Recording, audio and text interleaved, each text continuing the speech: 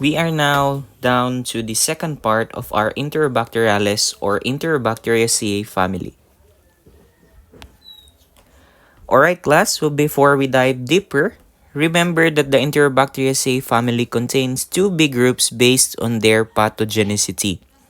First, we have opportunistic pathogens. These are organisms normally found in the gut, but cause disease only when the host is compromised or when they move to sterile body sites. Second, we have the primary pathogens, meaning they cause disease even in healthy individuals. A major example is Shigella, which does not belong to the normal gastrointestinal tract microbiota. All Shigella species can cause bacillary dysentery, which is that very painful diarrhea with blood, mucus, and leukocytes. Shigella is quite unique biochemically because they are non-lactose fermenters, non-motile, anaerogenic except Shigella flexneri, and doesn't produce H2S or hydrolyzed urea. So this makes Shigella biochemically inert, which is an important clue when interpreting laboratory results. Now here's something special. Shigella sonei. Subgroup D is the only Shigella species that can slowly ferment lactose. We call this late lactose fermenter or the so-called LLF. But take note, you'll only see the pink coloration on your McConkey agar after 48 hours. So not the usual 24 hours. Because of this, it's also ONPG positive. Also remember that Shigella species are very fragile organisms, meaning they die easily in the environment, especially when exposed to acids, bile, and disinfectants. So this is why stool specimens suspected of containing Shigella must be processed immediately to increase recovery. All Shigella species possess O antigens, but some strains may also have K antigens. The K antigen is capsular and can interfere with detection of the O antigen during serogrouping. But don't worry, a simple step solves this. Boiling the suspension removes the heat labile K antigen, exposing the heat stable O antigen. Also note that Shigella is non-motile and lacks H antigen, unlike most Enterobacterales members. We classify Shigella into four subgroups based on their O antigen. Subgroup A is Shigella dysentery. It has serotypes 1 to 10, which includes the Shiga toxin producing strains. Subgroup B is Shigella flexneri, also known as your Strong's bacillus. Subgroup C is Shigella boydii, also known as your Shigella ambigua. The subgroup D is your Shigella sonei, which is also known as the Sonei Duval bacillus. You will often encounter Shigella sonei in industrialized countries and Shigella flexneri in developing regions. Table 19.9 shows the different biochemical and serological differentiation of your Shigella species. Here's something crucial. Humans and large primates are the only reservoirs of Shigella. Transmission is typically fecal-oral and often person-to-person, which makes outbreaks common in crowded locations. So other transmission routes are the 4 Fs, which stands for flies, fingers, food, and fecally contaminated water. Good personal hygiene significantly reduces the transmission. All Shigella species cause bacillary dysentery. And what makes Shigella dangerous is its low infective dose. As few as 100 organisms can cause the disease. Common isolates include Shigella sune, which is common in developed countries, Shigella flexneri, common in children associated with men having sex with men community, Shigella dysentery type 1, which produces the Shiga toxin. Shiga toxin causes the most severe disease and highest mortality. And lastly, Shigella boydii, which is more common in developing areas. So remember, Shiga toxin increases the risk of hemolytic uremic syndrome, especially in children. Shigella enters through the M cells of the Peyer's patches of your intestine. It uses invasion plasmid antigen proteins such as your IPAA, IPAB, IPAC, and IPAD. So to induce membrane ruffling, basically trickling the host cell into engulfing it. These proteins are essential for Shigella's ability to invade the epithelial cells. Once inside, Shigella escapes the phagocytic vacuole and multiplies in the cytoplasm of our cells. It manipulates the host cell's actin filaments, so it will use them to propel itself from cell to cell, similar to listeria. So this cell-to-cell spread helps the organism avoid immune detection. So macrophages undergo apoptosis, releasing interleukin 1 beta, which recruits neutrophils and leads to tissue destruction, explaining the ulcerations and bloody diarrhea. Shigella dysentery type 1 produces Shiga toxin, structurally similar to EHEC verotoxin, as what we have discussed previously.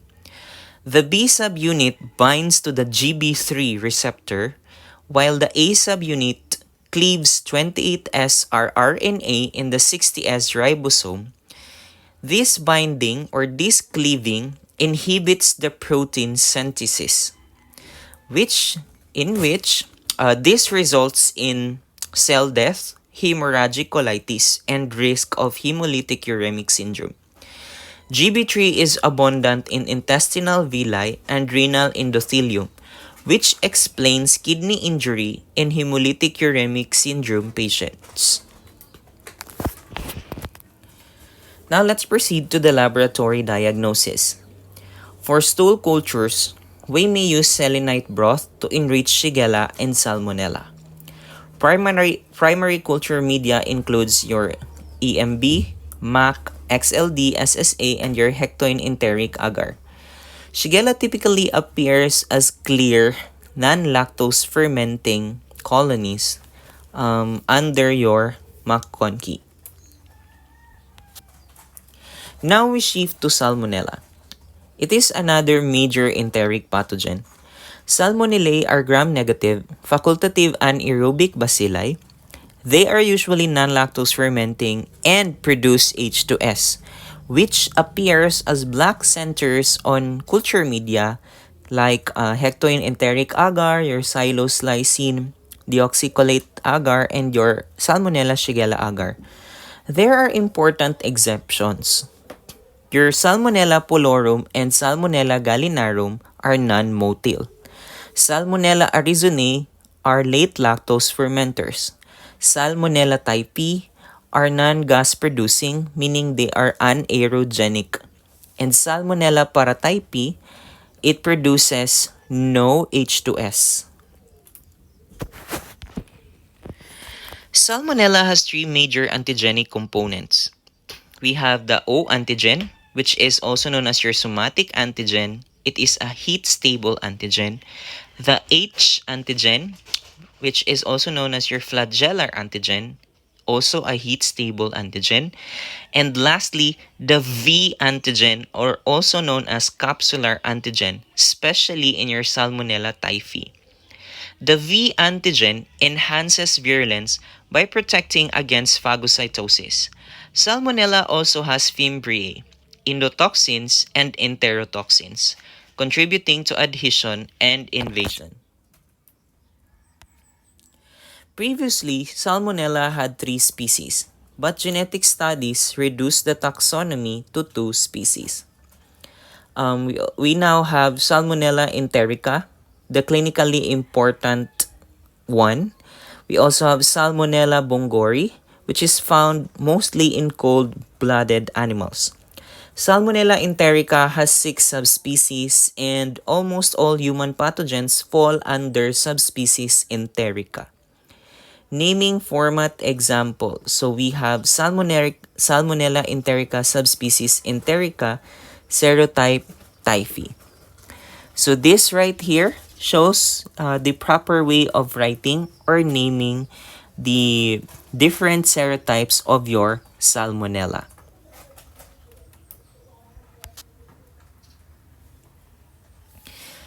So the type species is Salmonella enterica.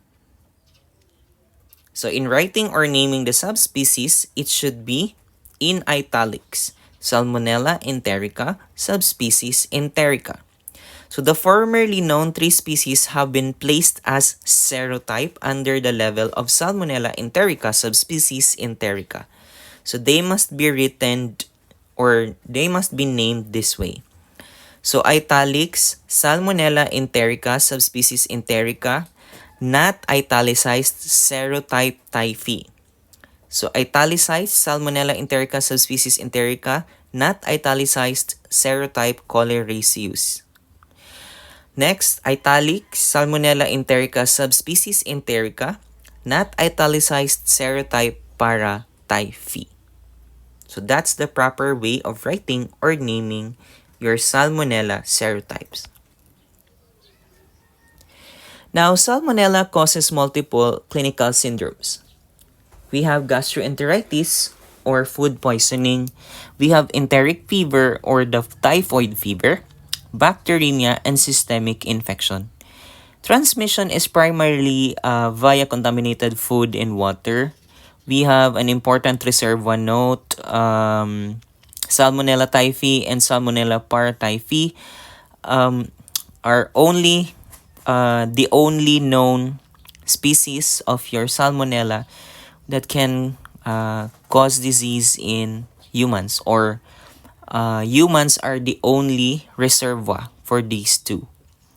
Other serotypes, they have animal reservoirs. So common sources of Salmonella include poultry products, you have eggs, milk, you also have peanut butter, farm produce like tomatoes, cucumbers, alfalfa sprouts, and it can even be from cross-contamination in kitchens, no, which is a major source. So you should remember this, no, for public health context. Next disease association is the enteric fever, which is also known as your typhoid fever.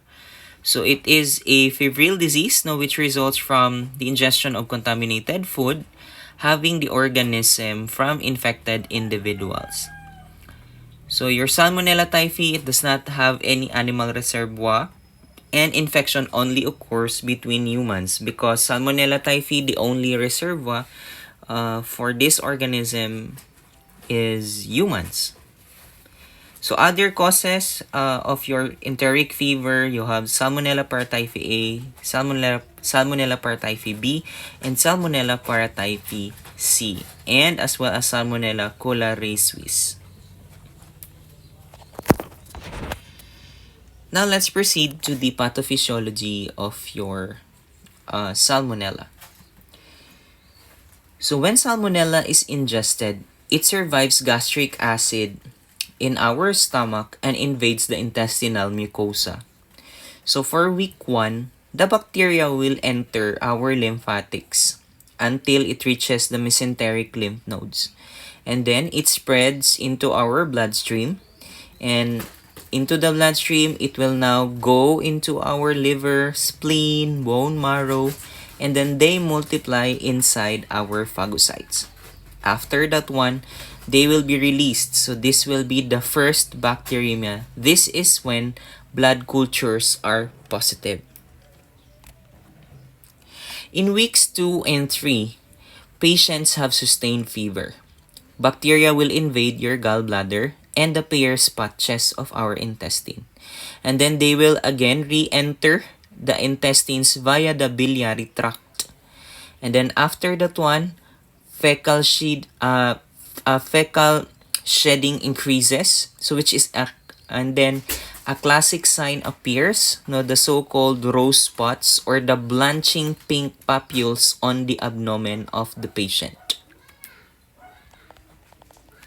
Some individuals become chronic carriers. So the gallbladder becomes the reservoir and organisms are shed intermittently in our feces.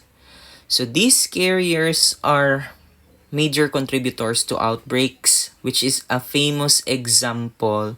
A famous example is Typhoid Mary. So the specimen of choice depends on the week of illness. For weeks 1 and 2, we have blood. For weeks 3 and 4, we have urine. And then anytime is the stool. But always remember that culture is still the gold standard for isolating our salmonella. So on commonly used culture media, you have McConkie, eosine methylene blue agar. No, they will appear colorless. They will have colorless colonies or they are non-lactose fermenters. On your Salmonella Shigella agar, they will have colorless colonies with black centers. And then for your Xylose-lysine deoxycholate, they will have red colonies with black centers. And on your bismuth sulfite agar, your Salmonella typhi will produce the characteristic metallic sheen with black ring. So the Widal test, it will detect antibodies against your O antigen and the H antigen. So it can be performed via the slide method, which is a qualitative method. The second one is the tube method, which is the quantitative method. So this picture right here shows you the rapid slide method for the Widal test. And this right here shows you the tube method for the Widal test. So how are we going to interpret the Widal test using the tube method? If the O titer is greater than or equal to 1:100 or the H titer is greater than or equal to 1:200, these values indicate possible active infection. But remember, Widal has many limitations and should not be the sole basis for diagnosis of your salmonella. We now move to Yersinia, which includes 3 human pathogens. You have Yersinia pestis, Yersinia pseudotuberculosis, and Yersinia enterocolitica. Please take note that among those 3, Yersinia enterocolitica grows best at 25 to 30 degrees Celsius. It is non-motile at 37 degrees Celsius but motile at 25 degrees Celsius. So this is a key differential feature of your Yersinia enterocolitica among the other Yersinia species. And take note also that Yersinia enterocolitica is a common blood bag contaminant. Now let's proceed to Yersinia pestis. Yersinia pestis causes plague. Plague is a primary disease in rodents which are spread to humans via bites of the fleas. So the vector is the oriental rat flea or the so-called Synopsilla chiopsis. And then the main reservoir is Rattus rattus or our black rat.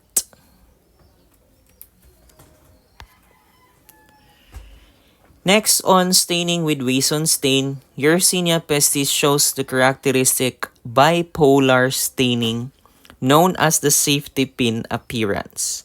So it is microaerophilic and they are gram-negative, short, and plump. Your Yersinia pestis grow best at 25 to 30 degrees Celsius and can grow at 37 degrees Celsius. They are non-motile at both temperatures, room temp and body temp. And their biochemical characteristics is that they are catalase positive and they are oxidase negative. Now let's proceed to the disease association. So the plague has three major clinical forms. The first one, we have the bubonic plague. So this is the most common. It includes painful swollen lymph nodes, which is called buboes. Next, the secondary septicemic plague, or the it can occur with or without buboes. Now, your septicemic plague causes DIC, gangrene, and rapid deterioration of your uh, of the part that is infected in your body. And next, we have the secondary pneumonic plague. Secondary pneumonic plague is the most dangerous and highly contagious form of your plague. So it can occur via aerosol, which is potential for use as a bioterrorism agent.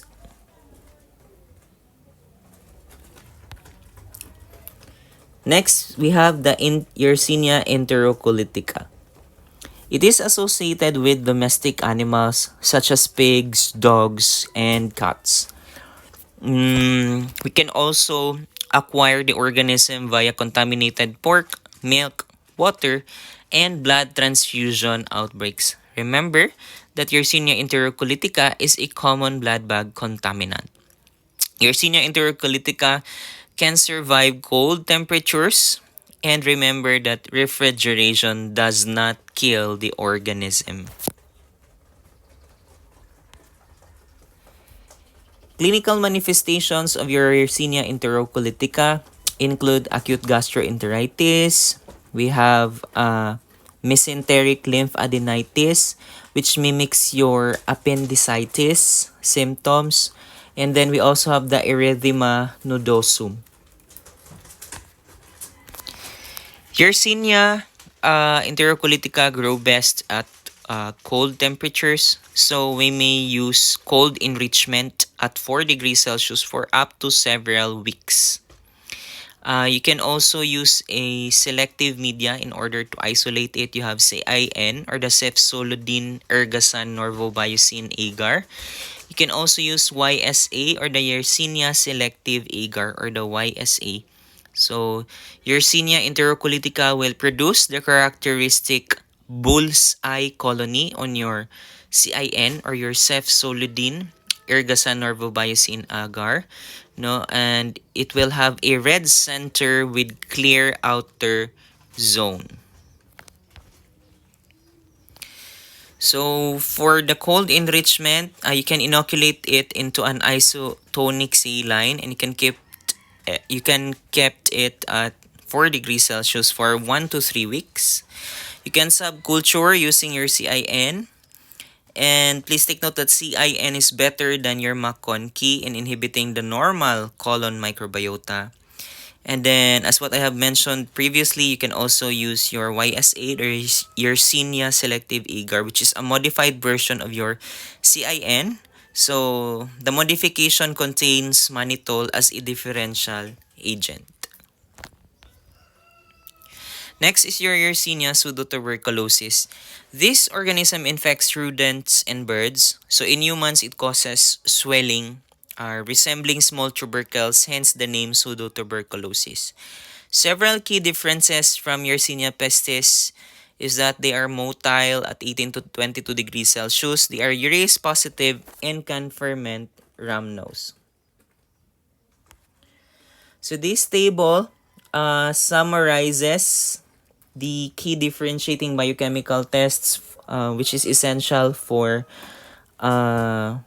your board exam or your upcoming exam, and then the practical identification in the laboratory. So kindly pay close attention to the motility at different temperatures, their urease activity, and as well as the sugar fermentation.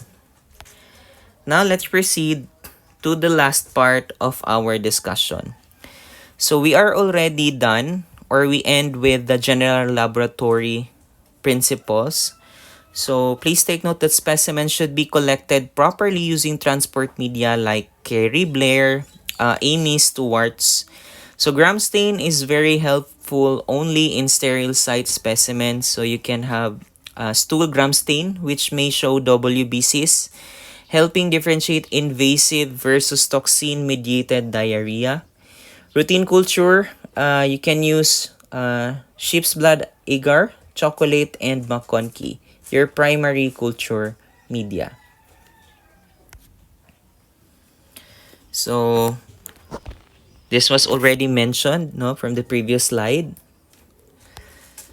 Stool cultures must be routinely screened for Salmonella organism, Shigella, as well as EHEC. And then protocols should include selective media like your psilocybin, deoxycholate agar, your hectoin enteric agar, your McConkey with sorbitol, and enrichment broths no, such as selenite or tetrathionate broth. Identification follows this general workflow: colony morphology and lactose fermentation, and then oxidase test, and then a series of biochemical tests such as your TSI, your IMVIC, your ONPG, your lysine iron agar, urease, indole, citrate motility, H2S, etc. So this systemic approach ensures accurate identification of your Enterobacteriaceae or your Enterobacterales family members. Here are the references used for this second part of this video. And with that, everyone, so this is a schematic diagram for the identification of your Enterobacteriaceae. I have already sent you a different version of this notes for your Enterobacterales family. And with that, everyone, I would like to conclude the second part of our discussion under Enterobacteriaceae or the family Enterobacterales.